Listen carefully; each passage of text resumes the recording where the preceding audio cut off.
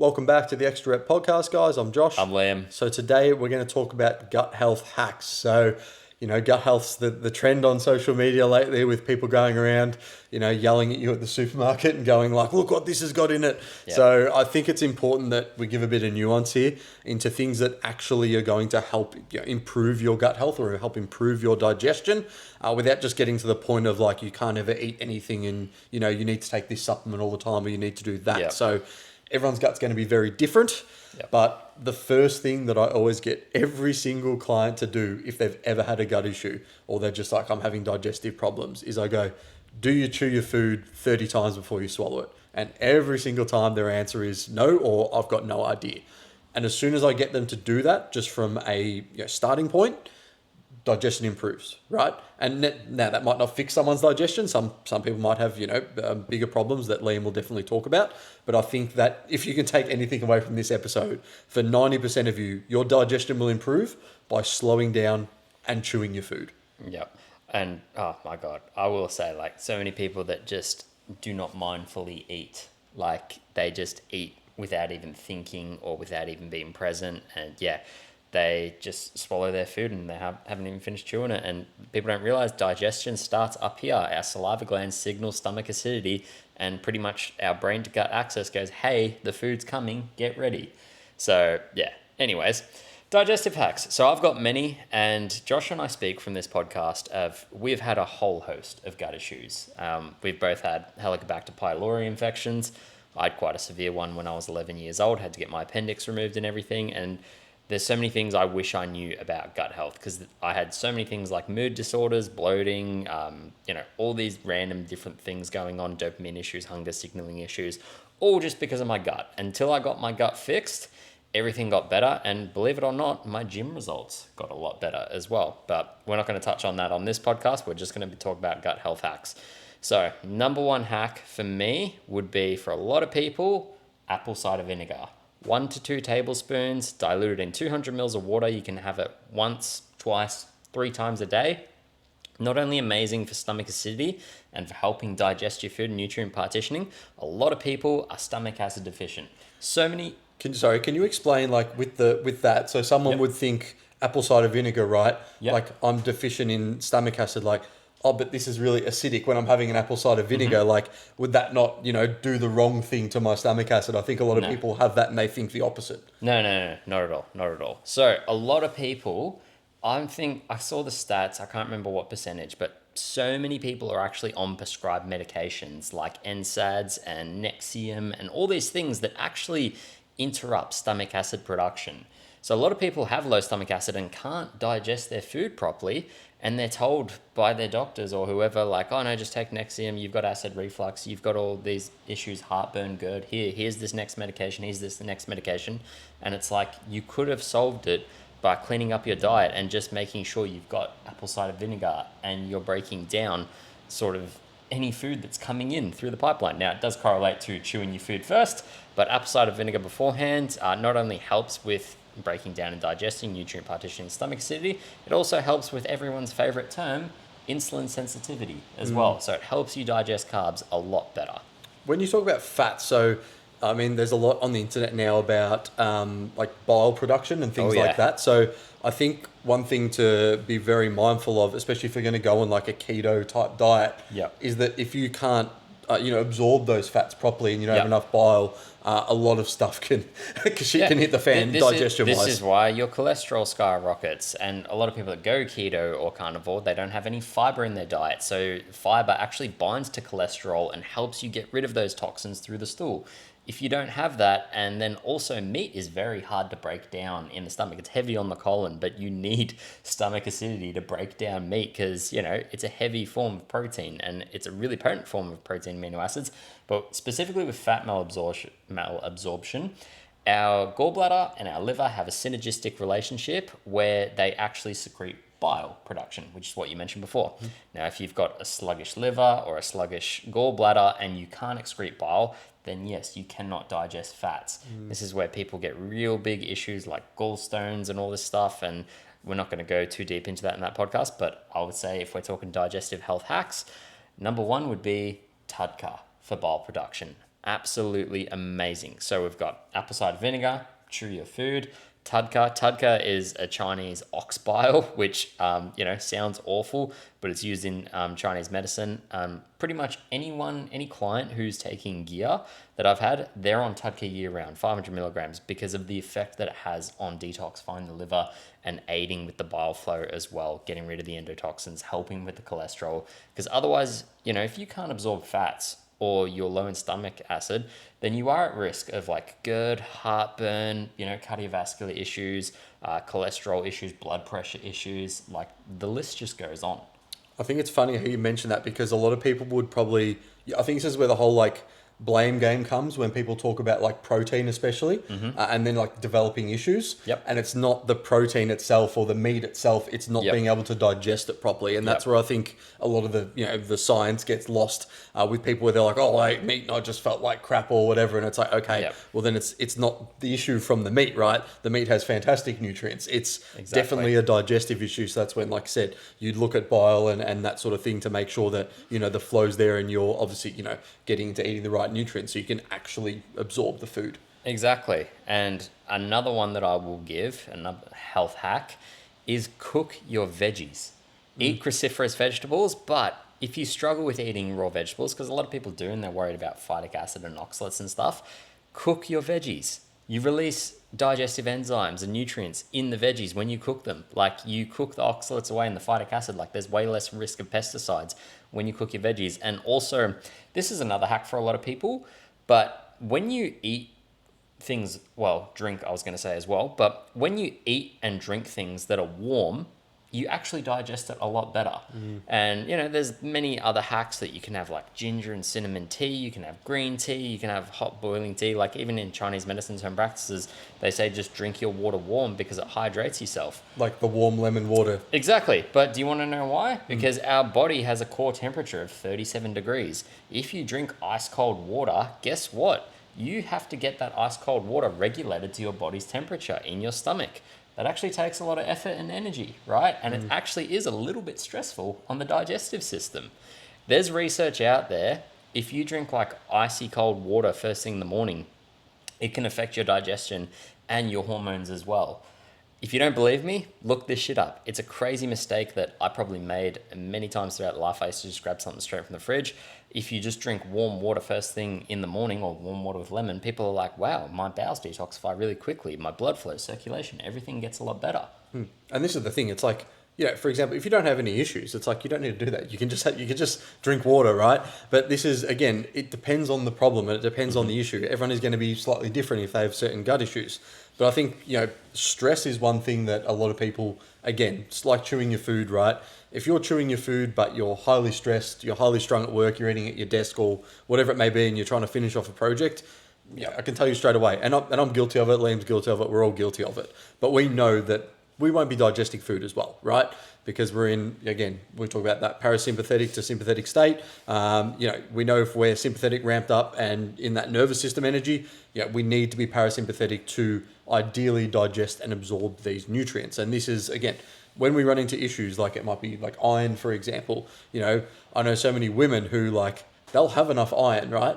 But the issue isn't with the iron, right? It's with the absorption of it. For a lot of the time, we're going down a rabbit hole here. This can be so many different. As an example, let's say a woman gets told, right, she has an iron deficiency, right, but she's having red meat, she's having all the things, right. She's having the level it should be, plus the iron tablets, plus everything, doing it all right where it should be working, right. Yep. But the iron levels are still going down. That's when we know, okay, it's clearly an issue with actual, in terms of actual absorption and gut health. So that's where, again, everybody's going to be different with this. So I just want to hammer that home for you guys that, things will be different depending on the person. Some people will just not absorb things, and then obviously that's going to be a deeper issue. But obviously, chewing your food, doing it in a de-stress state, and trying not to be, watching TV or doing something else, trying to be mindful, taking your time, I think is still the best hacks you can possibly have when it comes to gut health from an initial standpoint.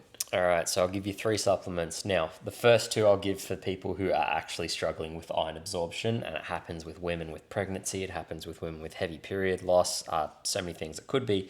Heavy metals could be a parasite, could be so many different gut bacteria. Like the most common one is SIBO, small intestinal bacterial overgrowth, and it really feeds on iron. And then a lot of people just prescribe iron, and then it actually feeds on that supplemental iron, and you get no absorption.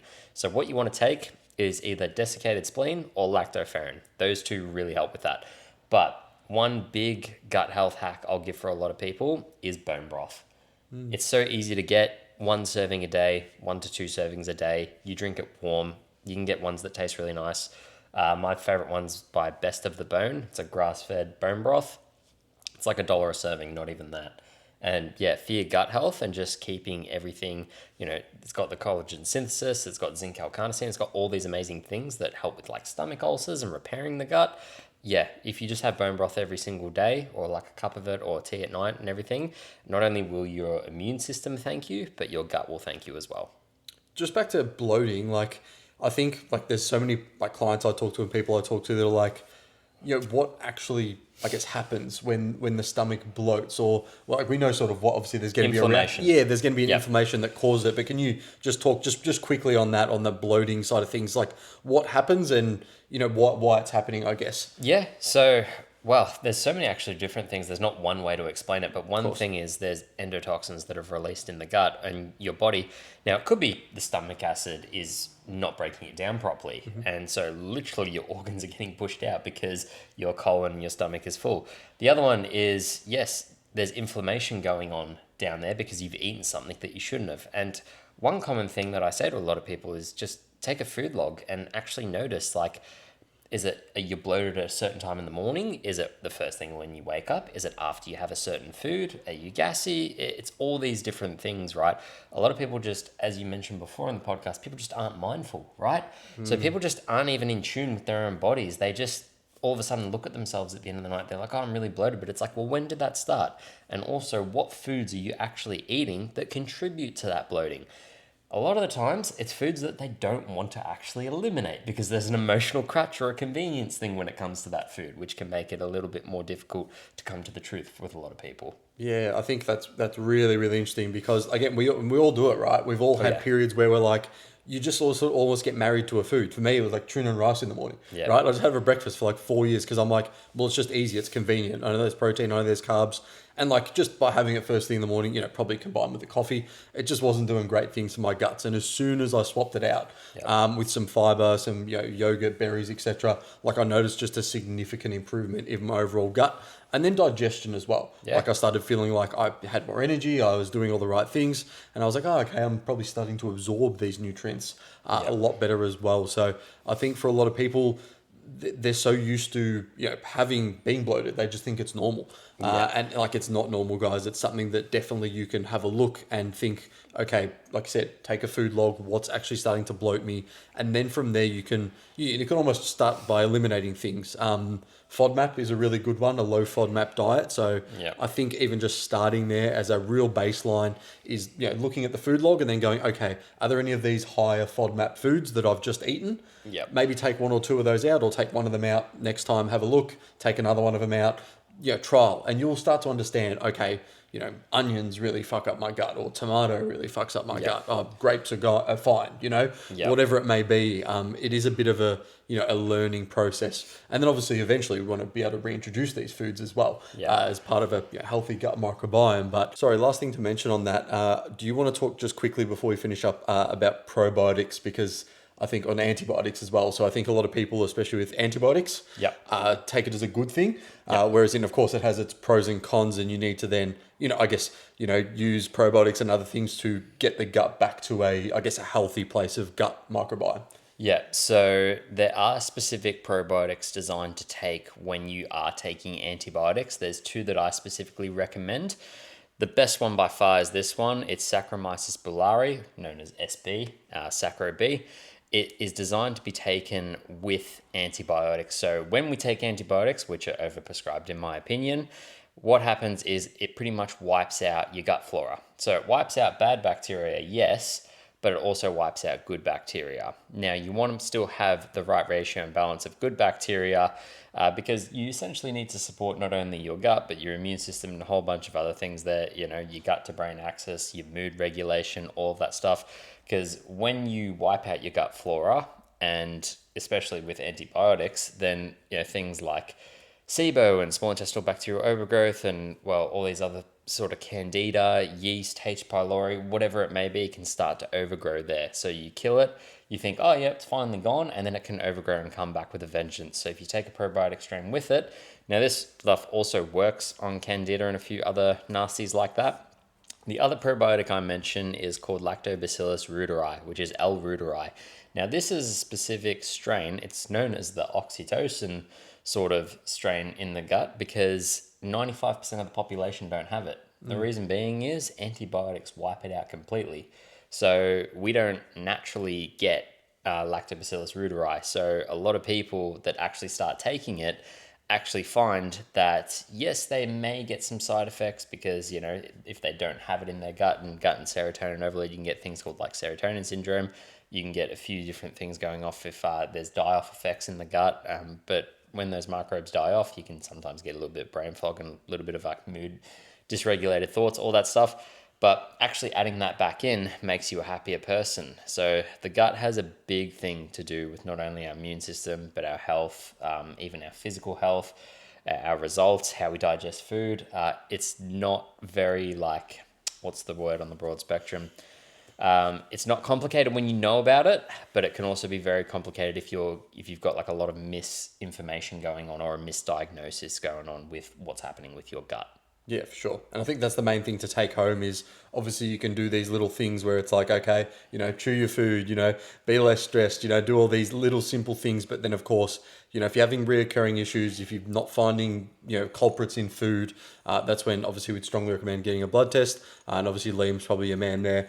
If you need someone to have a look and understand, what's actually going on with your gut, and then having, obviously a treatment plan to actually fix it. Because of course, like these sort of things, that's probably, some might be short term, some might be a bit longer term that might take a bit longer. So I think it is important to get good advice from someone who has done that before and actually knows what they're talking about. So if you guys do need any gut health help, I strongly recommend reaching out to Liam on Instagram at Coach Liam C. Murphy. Obviously training, etc. You can reach out to me. And again, I always run things by Liam as well if we have gut health issues or anything that I need to fix up with my clients as well, guys. But I hope you've enjoyed the episode. I hope you got some really useful tips around your gut health. We will see you guys in the next one. Thanks, guys.